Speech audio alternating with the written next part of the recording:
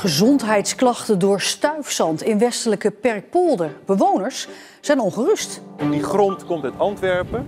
Die komt uit kanaaldok B2 of 2B. En dat is nou juist de plek waar de PFAS-vervuiling in de Westerschelde vandaan komt. En verder in deze Zeeland nu. Nieuwe ploffen hoorbaar en voelbaar. Een evenement start vanavond in Zeeland.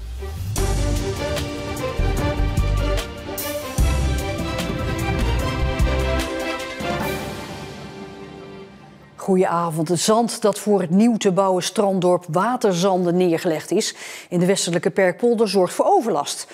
De felle noordenwind laat het fijne zand opstuiven richting een aantal woningen aan de Kalverdijk met allerlei klachten tot gevolg.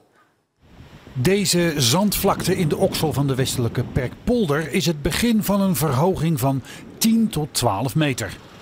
Op de vlakte moet een gedeelte van het stranddorp Waterzanden gebouwd worden. Normaal gesproken oogt de zandvloer kalm, maar de afgelopen weken droog weer en noordenwind zorgden voor een tafereel dat niet zou misstaan in een willekeurige woestijn.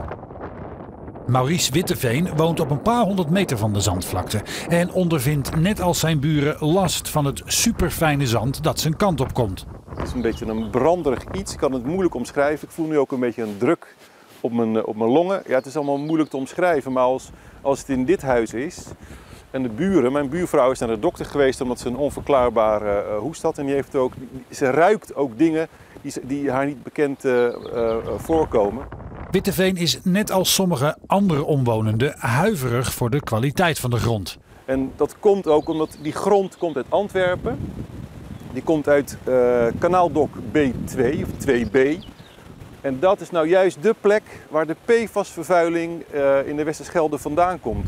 20 april meldde Witteveen de overlast voor het eerst, zegt hij. Maar er kwam naar eigen zeggen geen actie van de gemeente of vanuit de projectontwikkelaar Waterzanden.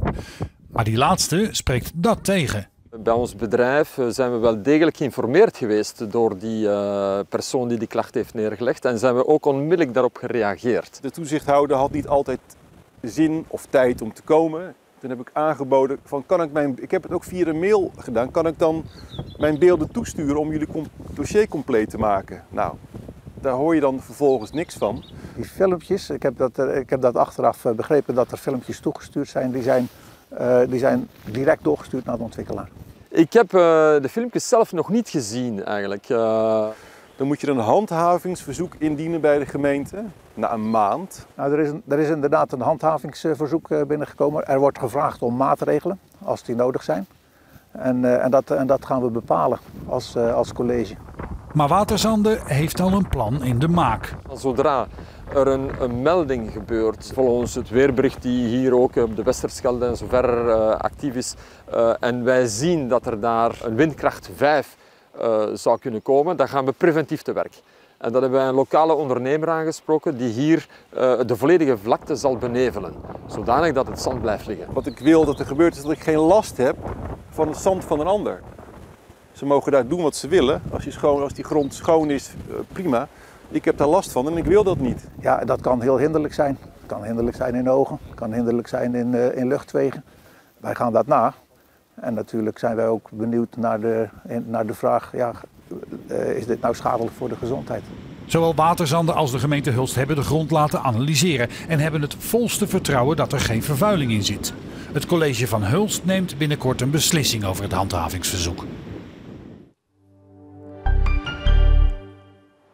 Opnieuw stonden vandaag uithalers voor de Middelburgse rechtbank.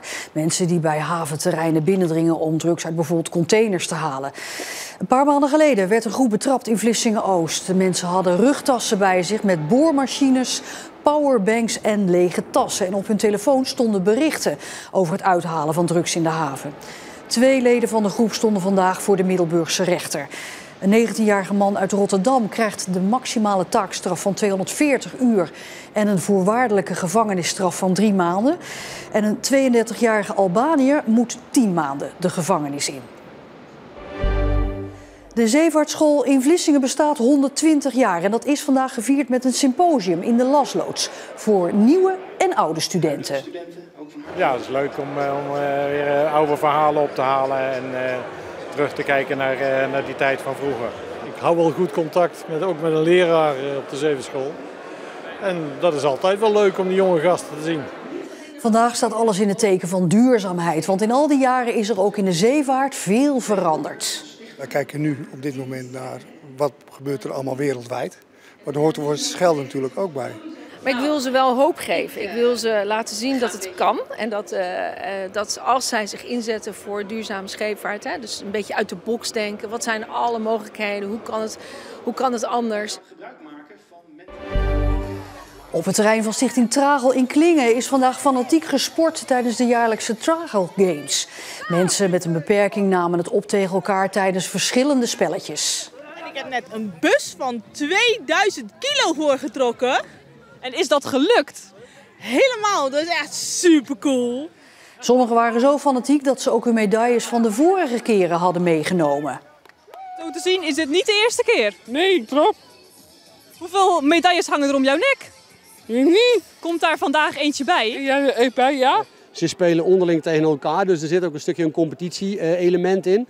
Alhoewel dat het eigenlijk min of meer wel een klein beetje de Olympische gedachte is. Meedoen is altijd belangrijker dan winnen, maar ze willen wel graag altijd winnen natuurlijk.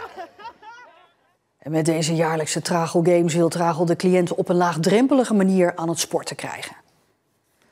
Opnieuw ploffen op de oude middensluis in Terneuzen. Dit keer werd het buitenhoofd van de sluis opgeblazen.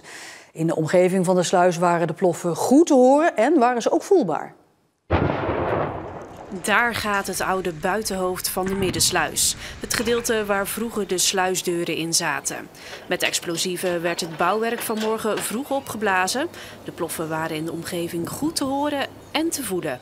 Verschillende omwonenden laten op de Facebookpagina van de Nieuwe Sluis weten dat ze het hebben gevoeld en dat hun huis aan het trillen was. Zo schrijft iemand: ik moest vanmorgen mijn wekker niet meer zetten, want ik werd zo uit bed geschud. Maar iemand anders laat weer weten van ja, het was ook best wel even schrikken. We merken dat het hier in Terneuzen nogal gevoelig ligt. Daarom doen we ook al die ploffen zo voorzichtig. En elke keer is het op een andere plek voelbaar. Vorig jaar liepen explosies op de middensluis nog uit de hand. Gevolg meerdere schademeldingen. Vandaar dat de ploffen extra onder een vergrootglas liggen. De resultaten van de metingen van vandaag worden meegenomen naar morgen, want dan staat er een nieuwe ronde explosies op het buitenhoofd op de planning. Het kan mogelijk aanleiding geven om het morgen op een iets andere manier te doen. En elke keer worden er tussendoor ook allerlei modelberekeningen gedaan. Op basis van de waarnemingen. Ook vandaag hebben we weer heel veel metingen gedaan. En die nemen we elke keer mee. Bij de Nieuwe Sluis zijn vandaag overigens geen officiële schademeldingen binnengekomen na de ploffen. En of de trillingen vandaag binnen de norm zijn gebleven tijdens het ploffen, dat is nog niet bekendgemaakt. 2 dagen topwielrennen in de provincie met de ZLM-tour. Vanavond gaat de internationale wedstrijd van start met een proloog in Heinkensand.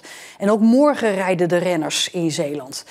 En we gaan naar Heinkensand, naar verslaggever Stefan Nijpje. Stefan, ja, dat de ZLM-tour in Zeeland begint, dat is een beetje traditie geworden, hè? Ja, we weten eigenlijk niet beter de laatste jaren. De eerste 2 etappes van deze internationale wielerwedstrijd zijn de laatste jaren eigenlijk altijd in Zeeland georganiseerd. Ga maar na. Ze zijn in Ierseke geweest, op Tolen, Westkapelle, vorig jaar Capelle, een keertje Goes. Daarna, want deze wedstrijd duurt tot en met zondag, wordt er buiten de regio gereden. Wel één kanttekening daarbij. Komende zaterdag doen ze toch nog een klein stukje Zeeland aan. Want dan rijdt het peloton over Tolen en ook via de Oesterdam dan weer richting Roosendaal. Dit is dus een voorbereidingswedstrijd voor veel sprinters op de Tour de France. En die gaan hun benen hier nog eens testen, nog eens de sprinttreintjes uitproberen. En dat allemaal in voorbereiding op de Tour die over een maand in Bilbao, dit keer in Spanje, begint. Nou is de grote blikvanger Mark Cavendish, een sprinter. Denk je dat het een beetje zijn laatste kunstje gaat worden?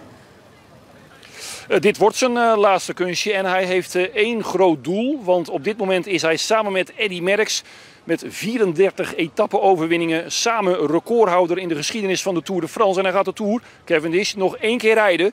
Dus als hij daar dan nog 1 etappe-overwinning aan toe kan voegen, en dat is natuurlijk het grote doel, dan is hij na dit jaar alleen recordhouder. Hij had geen tijd of geen zin in een interview, want hij pakte deze wedstrijd uitermate serieus aan. Maar hij was vanmorgen hier in de Dorpsstraat in Heinkensand, was hij al gesignaleerd. Want hij neemt het uitermate serieus. Hij was het parcours aan het verkennen. Stefan, laten we even terugblikken op vorig jaar. De eindoverwinning in de ZLM-tour van vorig jaar gaat naar Jumbo-Visma-renner Olaf Kooi.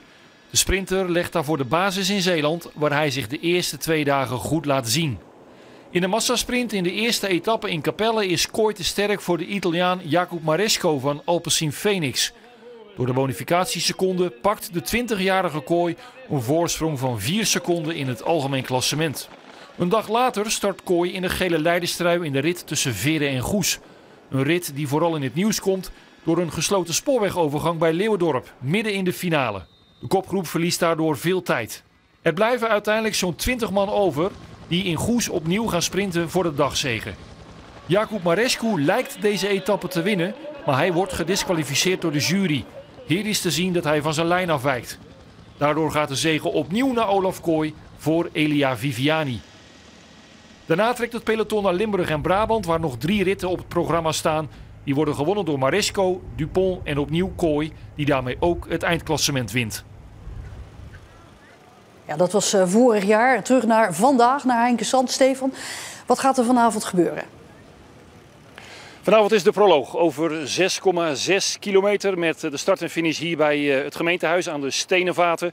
Dan rijden de renners eigenlijk het dorp uit. Via de Dorpsstraat gaan ze de polder in. En uiteindelijk na 6,6 kilometer komen ze hier weer terug. En daar ligt dan de finishlijn. De eerste renner, dat is Vincent Dorren. Die start om 6:30. En de laatste renner, dat is de winnaar van vorig jaar, Olaf Kooi. Die start om 8:50. En ja, favorieten? Ja, het is een sprinterswedstrijd, dus de kans is groot dat een sprinter het eindklassement gaat winnen. En met name diezelfde Olaf Kooi, zijn naam is al een paar keer gevallen, staat hoog aangeschreven als een van de favorieten. Maar dat wil niet zeggen dat hij vanavond hier ook de sterkste is in de proloog. Want dat is weer een andere discipline in het fietsen. En wie weet maakt Tim van Dijken uit Collijnsplaat, de regionale renner, die rijdt voor Jumbo-Visma, wel kans. Want hij kan een goede proloog rijden. We gaan het zien, Stefan Nijpjes, dankjewel. En ja, thuis kunt u vanavond op tv bij Omroep Zeeland rechtstreekse beelden van de ZLM-tour zien. De uitzending begint om 7:15. En ook de etappe van morgen tussen Westkapelle en Serenhoek, die kunt u live op Omroep Zeeland televisie bekijken.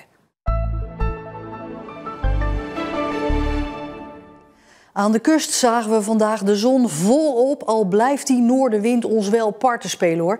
Want daardoor bleef de temperatuur tussen de 19 en de 23 graden schommelen. De komende dagen gaat de temperatuur steeds een stapje omhoog, maar het kan zijn dat er dit weekend toch alweer wat bewolking komt met mogelijk een buitje. En tot zover deze Zeeland nu. Nog een hele fijne woensdagavond en graag tot morgen.